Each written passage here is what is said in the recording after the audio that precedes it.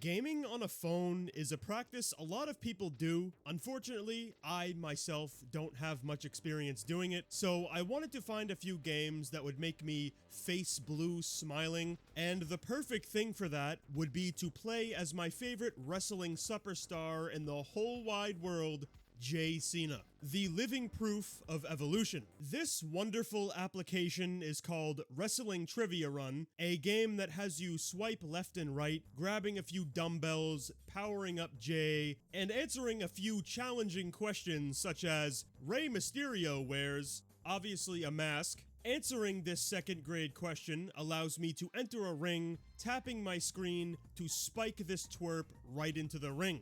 After I won, I got stuck onto some leaderboard, and for Earth's sake, I hope these are not real people. They're most likely not, thankfully. I mean, when you have a game that is asking you who wrestled in WWE, the Incredible Hulk that doesn't look like the man himself, or Hulk Ho, do you really expect other humans on our planet to have spent time playing this game? Unironically, there's no learning and there's no fun. Also, these pinheads that are behind this are trying to emulate John Cena as our main character here, so why is he wearing whitey tighties? Shouldn't he be wearing jorts? I don't even know why I'm giving genuine critique to this thing. The people who made Wrestling Trivia Run obviously didn't give the furthest care in the world while making it. How could they when their protagonist has a face like this? However, the game does deserve a small ounce of praise even with all that. The hunk of an icon Jay Cena has is not AI generated, something that cannot be said about Wrestling Rumble Fight Championship. That immediately gives us a selection of a few AI warlords, letting us choose the country we feel like hailing from,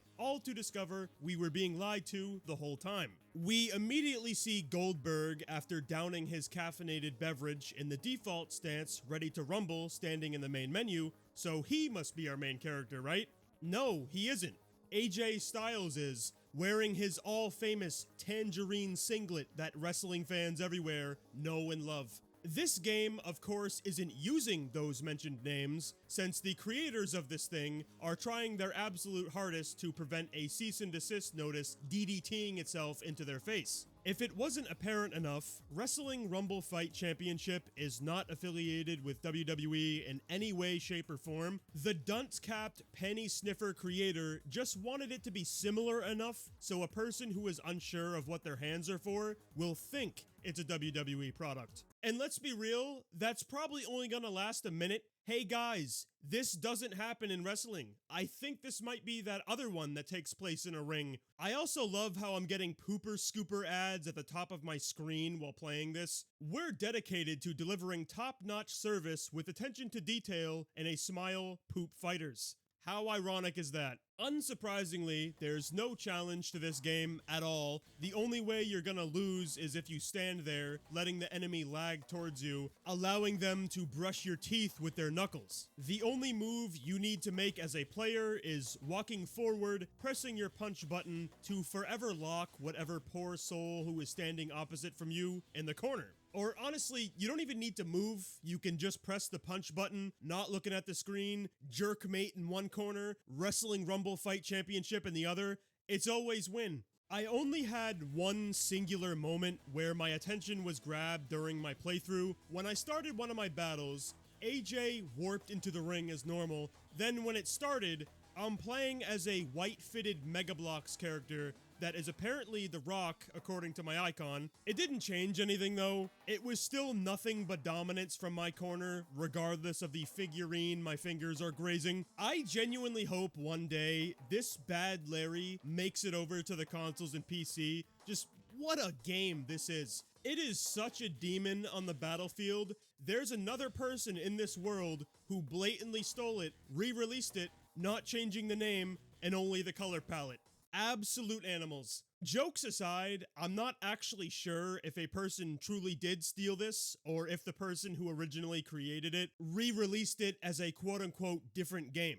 I don't know. What's keeping me in the camp of not believing that is the first game spelt privacy right, so there's that. Whatever the real truth is, the goal of what these games are doing is the same. The people who are releasing these are trying their absolute hardest to make an unsuspecting person, presumably a child, download their game by baiting them with some real in-game screenshots to watch a marathon of ads making that fucking guap. It's disgusting how many ads you need to waste your time watching if you win, if you lose, when you enter menus. The capitalist agenda never ends. But I have to say, one of them was hilarious. Trash Stardust and Aleza Bless, huh? I see spelling or reading isn't in our wheelhouse, and I understand it. Grade 3 was a tough-ass year of school. Those Clifford books were a hard-as-nails challenge not many people have been able to overcome. Furthermore, with the depression, the whole advertising situation, as you'll soon see, goes deeper and deeper into an abyss.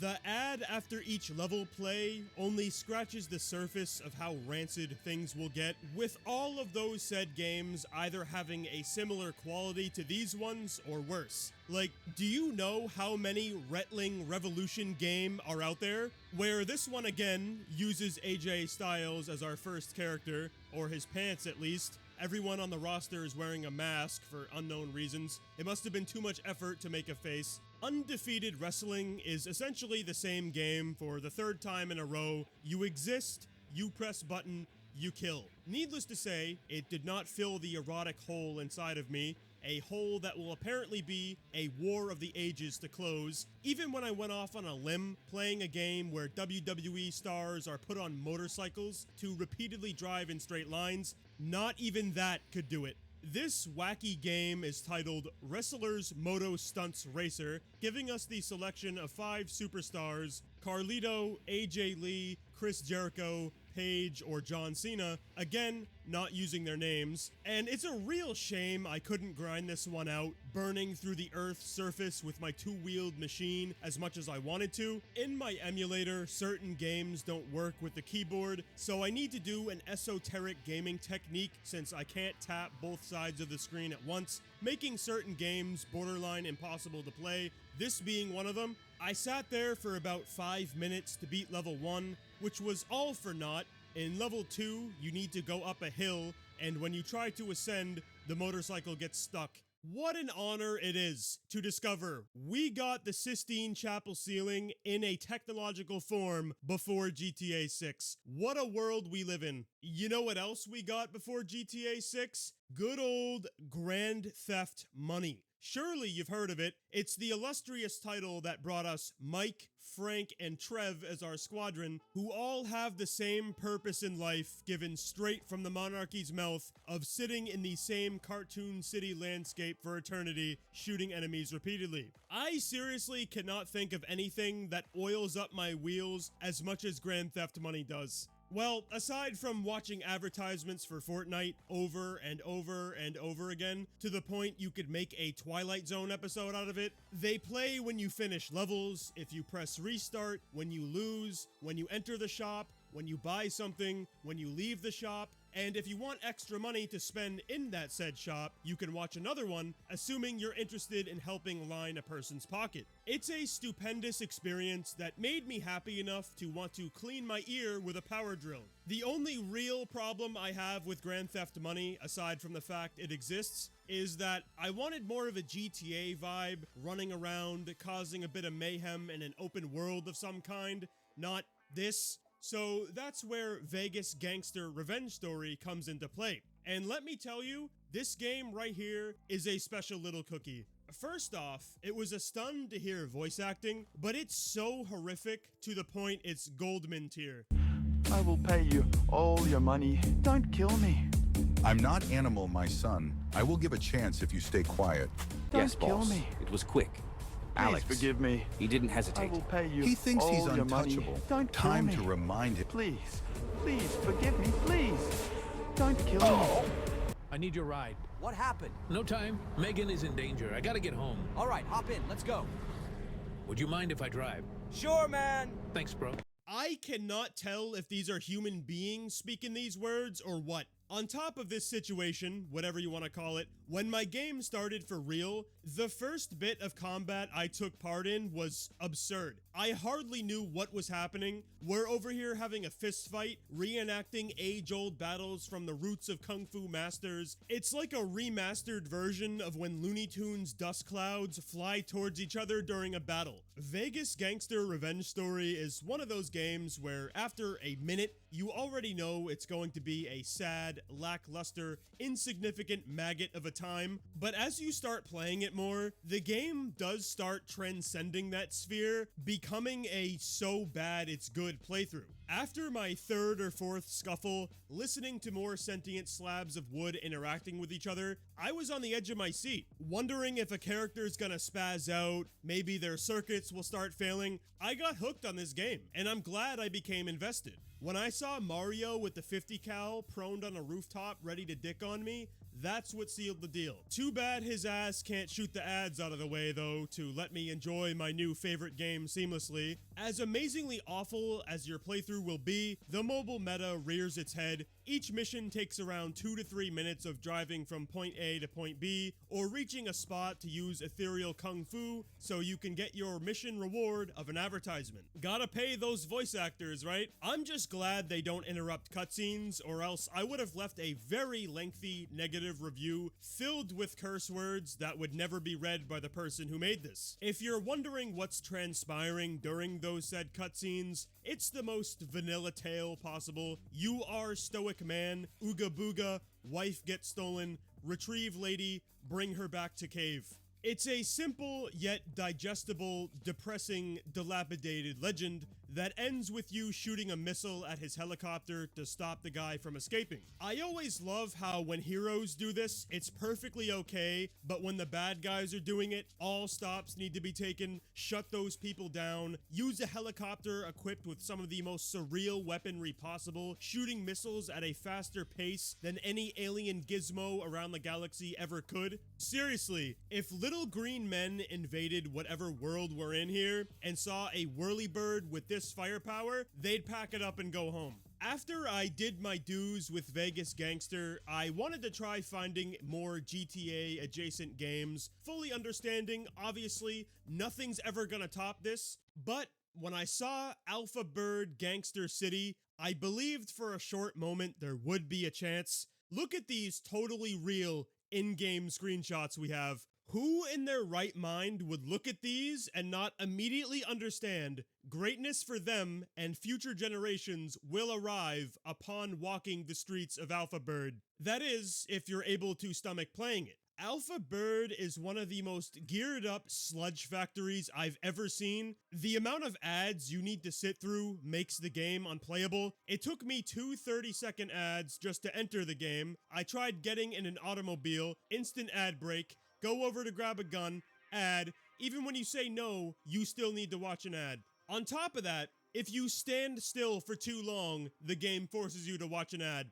Why punish me for trying to exist? I guess it's justified though, right? All I did was see those totally real screenshots they're using to advertise their game and downloaded it. Shame on me. Oddly, this tactic appears to be the bubonic plague of the Google Play Store. As I was sifting about, I saw I Am Spider Rope Hero, who would ever scroll past this, and the sociopathic troglodyte who created it uses these AI-generated images with a bunch of fake buttons plastered all over them as previews. Is the security level for the Play Store similar to taking a condom and cutting the tip off? How does this pass through? It's blatant. This is not what you're going to be downloading. Because what you're actually installing is a cesspool of advertisements. When I opened I Am Spider Rope Hero, I saw a loading bar. It would go up 1% or 2%, then play a 30-second ad that repeated 4 more times. Afterwards, I'm shown tall buildings, dangerous enemies, 1 rope.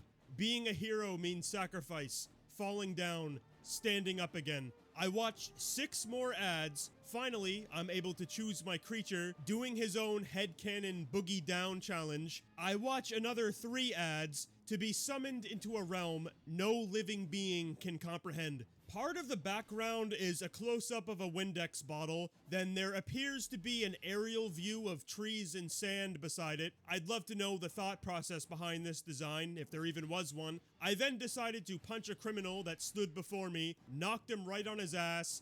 I turn around, and the abyss finally stared back. I'm assuming we forgot to put textures here. Maybe you thought no one would make it this far. By my count, I watched about 5-6 minutes of ads before entering this world, and just like Alpha Bird, anything and everything you do is monetized. But this time, I did bite the bullet to give myself a blunderbuss-looking weapon, and to my surprise, it does function. It doesn't give any satisfaction or fun, but it works. I don't believe there's anything to do in this game aside from walk around. You can't even rope swing, meaning you guys yanked my chain in the beginning saying I have one rope, unless this testicle hand clinch icon is the rope activator. If it was, it didn't work. So I'm stuck waltzing around the land that never was, living in a plane of existence in between reality and another advertisement. Or in the case of the mobile gaming market, we can call it the I Am multiverse. If you ever see I Am in the title of a game, you already know it's going to be more of this money-grubbing, ad farming, probably harmful to your phone, crypto mining spyware. It doesn't mean all the games are the same, of course. Like when I hopped into the driver's seat of I Am Superhero Fighter, right away I see the Hulk. I'm guessing that's who this is supposed to be. You're then given a bunch of random options to select from, such as an ability you want, time of day, how much destruction you want, with most of them affecting literally nothing. The time of day and destruction, for example, do not matter whatsoever. They simply exist to show you more ads. And to be real, who the fuck is willingly going to sit through this? I refuse to believe any functioning human would watch minutes after minutes after minutes of advertisements just to play one game you know is going to be like waterboarding yourself. It took me almost 10 minutes just to see gameplay that you can shockingly experience without the ADC 130 kill streak, flying in to drop shells on your head, keeping you in a spawn trap, interrupting you every 15 seconds. I thought I would need to watch an advert just to breathe in these lands, so how nice of them for giving us a chance at life. It's not to say they don't exist at all during the game, of course. These levels last about 30 seconds to a minute, with you walking in a linear path, occasionally looking at an enemy to shoot them, where you are rewarded with an ad. Even worse, upon completing a mission, you get sent back to the main menu, forcing you to go through all of the selection of pointless options again, meaning you need to watch 5, 6, 7 minutes of advertisements between every mission in the game. I cannot stress how unbearable it was to do only 3 of them. It was not worth the wait. But if you think what you're looking at right now is similar to stroking one of Zeus's pubes and you want to sit there fondling your phone to I Am Superhero with no interruptions, well, you're in luck. These generous members of the royal court do give you that option. For the low price of $22.99, you can get rid of ads forever. Unfortunately, I decided not to do that myself, so I was stuck in the quicksand watching this hooligan pretend they're playing a game on their phone and getting fake excited over it. Imagine this being you, participating in nefarious actions to this capacity, weaseling your way into I Am Superhero or I Am Spider Rope Hero. In all seriousness, I did want to see the full extent of what I Am Superhero had to offer. I just couldn't deal with the ads anymore. All I wanted to do was be a superhero, man. Is it really that much to ask for? I should not be forced to enter the promised lands of Superhero Simulator 3D to live my best life, but I had to. I have absolutely nothing to say about this. Wow, I for sure want to be Captain Awesome, who's constantly vibrating. Is this his superpower?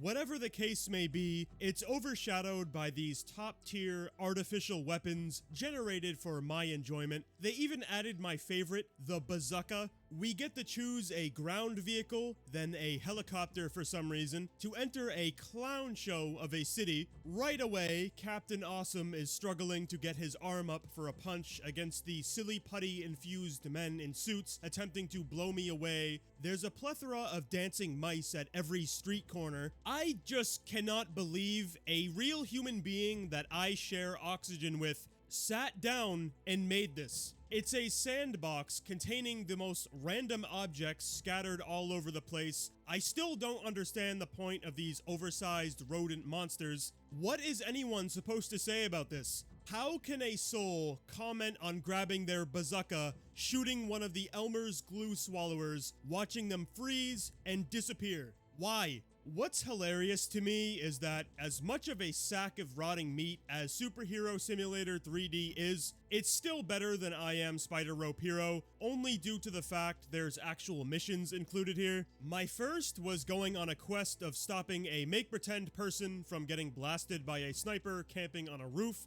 I took Captain Awesome, soaring him over to that said roof, and I sadly made the mistake of doing a few aerial bitch slaps to get my practice in on my way there. This guy's brain can apparently only focus on one thing at a time. After I stopped flailing around, the captain got stuck in his default pose, struggling to remember how to land. I was frozen like this, unable to do anything. You know, typically this would be frustrating, but when comparing it to a few of the previous games, it's really not. Superhero Simulator 3D can bug out, do anything it wants. It's still better than I Am Spider-Rope Hero. There was an attempt of adding a few missions in here. As dysfunctional as it was, I'd rather play this than another game. Congratulations, Captain Awesome. You really lived up to your name. Although, his game isn't my favorite out of the simulators. That title undoubtedly goes to I Am Tiger Simulator. When you're launching some 1700 speak off the ripcord, you've skewered me through the taint right away. Only the strongest will rule the wild. Fight rivals and protect your territory, run with power, become the ultimate alpha tiger. Then you remind me to tax my people the same way you're trying to make me buy your microtransaction, the fabled Royal Pass. This already is nothing short of an immersive, mentally overcharging moment that changes your perspective on life. This was the beast I created, infused with the power of Sour Patch Kids. Our story opens up with a few choppers flying in. They lower a cage. Tiger warps inside of it. The warbirds transport our cargo to a city. Tiger blows up car. Pedestrians start suffering from muscle convulsions. I need to watch an ad, and the big hoss is on the loose. Having 2 chain guns on the side of its head, so what, did the captors try to create a killing machine to take over a city? What the fuck is this? All you do in this game is run around and kill people, shooting your ear chain guns, crashing into buildings, terrorizing society, keeping an eye on the boogeyman who needs to relieve himself every 60 goddamn seconds. I wonder if this is a weird early look at the future. Are human babies gonna be born, forced to have chips planted into their head with a 60-second ad timer ready to roll at all times? At this point, I wouldn't be surprised if that tactic is being experimented on with a tiger who can slice through air, hovering around, leveling out civilization without breaking a sweat. Who's to say it can't happen to a human being? All I hope is, before that happens, we can get a couple of these wildcats to start stomping around on 2 legs rather than 4, evolving their species into the next generation, rather than me being forced to play Kung Fu Animal just to see that action with my own 2 eyes. A game that has a strangely familiar looking turtle fighter battling against a cow with alpha male horns on the Play Store preview page, and it was to my surprise these fake screenshots weren't too far off from what you're actually playing. So I gotta hand it to them. Thanks for not completely lying. Granted, the game is nothing better than what we saw with the wrestling games earlier. You can win against any opponent by pressing 1 button, and I also love how this one pretends your opponent is a real player on the other end, presumably to help you get in the bone zone, fully enveloping yourself into the 2D competitive fighter your fingers are fondling. Now, don't get me wrong, I'd rather rumble against Turtle Shui than play half these mobile diseases we've played up to this point, mainly cause the ad spam was at a minimum. That alone fills my tank up. When you're questing through the slums and discover a game that doesn't dish out ads each time your character blinks, while not entirely hoodwinking you on the store page, it's almost commendable in a sense. The amount of games that have random AI generated screenshots to hide what is contained inside the application is astounding. I was not kidding comparing this to the bubonic plague. It's unbelievable how common this play is. Another tactic I saw during my war against headaches was games using AI pictures having the most vague hype beast wording possible. An example being Call of World War Fire Duty, featuring new amazing characters. Customize your favorite weapon to win the war. FPS Counter-Strike. Play now on mobile, when the game is just a zombie killing simulator filled with more greatness in between each and every level. One would have initially assumed it was a Call of Duty type game based on the name and pictures, and they even stole an older Call of Duty mobile icon and ran it through AI. Call of Duty, my favorite. A smidge of my soul was hoping Call of World War Fire Duty would have been in the same vein as Vegas Gangster, because there is a story. Unfortunately, it doesn't come close to orbiting that transient power trip, making my time here limited. Sorry, I'm not in the mood to stomach this adware. I've done enough. And at this point, I'd like to return to the surface of the sewage, warming my head in between two cheeks, giving Jeff the Killer versus Slender Girl a try. If you don't know who Jeff the Killer is, he's a celebrity from the 2010 creepypasta days. Surely you've seen his face, even if you don't know his name. And Slender Girl, I honestly don't know, but this game gives a story path for each of the mighty figures. Big J is the clear choice for me. You got bored from Slender Girl's fame. As humans can't stop her, you must. Take her teddy bears, 8 of them, and kill her. Good luck, Jeff. It's heartwarming to see that after over a decade, we're still doing the same tired shit from Slender the 8 pages. That whole grab items around the house, forest, wherever, trying not to get our shit rocked by the big bad enemy, in this case, Slender Girl, rolling up on Jeffrey with her cronies. The only defense we are given is a knife to slice and dice the squad, watching them ragdoll into the wooden floor as you search for stuffed animals. To be honest though, compared to everything else we've played, I'm all for running around a decrepit house playing hide and seek with a bunch of geeks. I finished a whole level without seeing one advertisement. Christmas came earlier than expected. I don't even care the Slender Girl level doesn't work. You spawn in and get stuck in a room you're not able to get out of. All you can do is walk in circles or stare at peeled paint, but that's miles more entertaining than watching ads. However, if you do happen to care about Slender Girl and this predicament ruins your existence, well, you sadly need to play another game like Slender Girl Must Die: The Cellar, appearing to be a sequel to a different title in a lineage of games that I didn't play. After you searched the house and found all 8 pieces of painting, Pale Skin Girl knock you out, you know the secret of Pale Skin Girl, and now you can't leave the house. You get hurled into a makeshift prison with a task of collecting 8 books. Yeah, that's all fine and dandy, but if you're gonna frisbee me into holding, why didn't you take the strap? Are these otherworldly beings that dense they couldn't take my gun away? Anytime the Slender Girl or her hobbleworm butt buddies come at me, they get blown away. Even worse, you guys left an MP5 and a boomstick laying around, free for my sticky fingers to use. So these people can spawn in all they want to. It's nothing but a mere camo farm for me. I'll get that gold camo in no time. You call it a prison, I call it a circus, and I'm gonna shoot your body. I genuinely cannot imagine how many of these time waster horror games exist on the Play Store. I know I said I'd rather play Jefferson the Killer versus Slender Girl over the previous games, but that doesn't take away from the fact that these games are still not good. When you go from this to this, literally anything will be an upgrade. It's depressing how a human could make a never-ending video, relentlessly challenging themselves, seeing how deep the rabbit hole goes for phone games. Take any franchise, video game, trending topic, and you'll find plenty of resident brain fryers making you question why you live on this planet. Take the Backrooms, for example. Everyone was coming to this around a year or so ago. I don't even know what it is, yet I still couldn't escape hearing about it. So naturally, that means plenty of games were made about it during the height of its popularity, and there appears to be one that is solid called Hide in the Backrooms, where you run around the inside of a banana peel, either avoiding a malnourished, disfigured creature, or you play as that said creature, chasing down the kindergarten paint palette hazmat suited gentleman. The game has done pretty well, reaching over 50 million downloads, and once the mobile militia caught wind of this, they had to copy it, creating a sister fucker version, stuffing it full of ads, making the player relive the life of a Vietnam soldier stumbling into a human scarecrow out in the wilderness. Who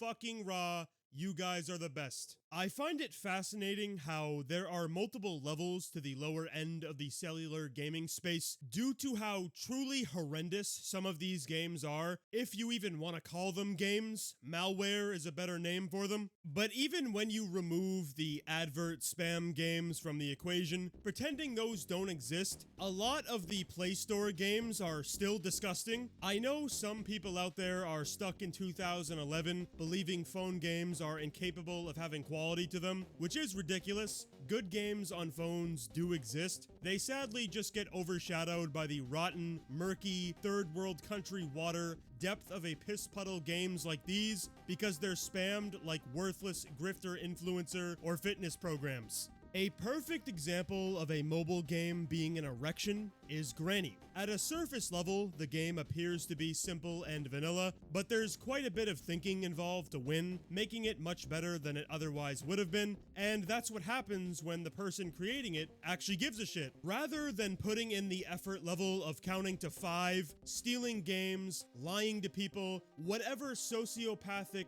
Richard the Lionheart escapade your mashed potato brain is going on, you could have made a game that's worth a damn. But no, how could the world function if we don't have this? The sun couldn't rise since it would be too sickened seeing a planet without Escape Scary Piggy Granny Game or Police Simulator. Unless you're going by the car, then it's Uli Simulator or Pos Simulator. These mouth breathers are real saints of our people, aren't they? A Mother Teresa of sorts. If you agree, please let me know down in the comments below, and also share your general thoughts on all these sad excuses of applications. I hate them all, aside from Vegas Gangster Revenge Story. Big ups to each and every one of our channel members who goes above and beyond supporting the channel even further. If you want to join them, make sure to hit the join button right next to the subscribe button if you haven't already done so. Thank you all so much for watching. As always, take very good care of yourselves, and I hope to see you all again in the next video.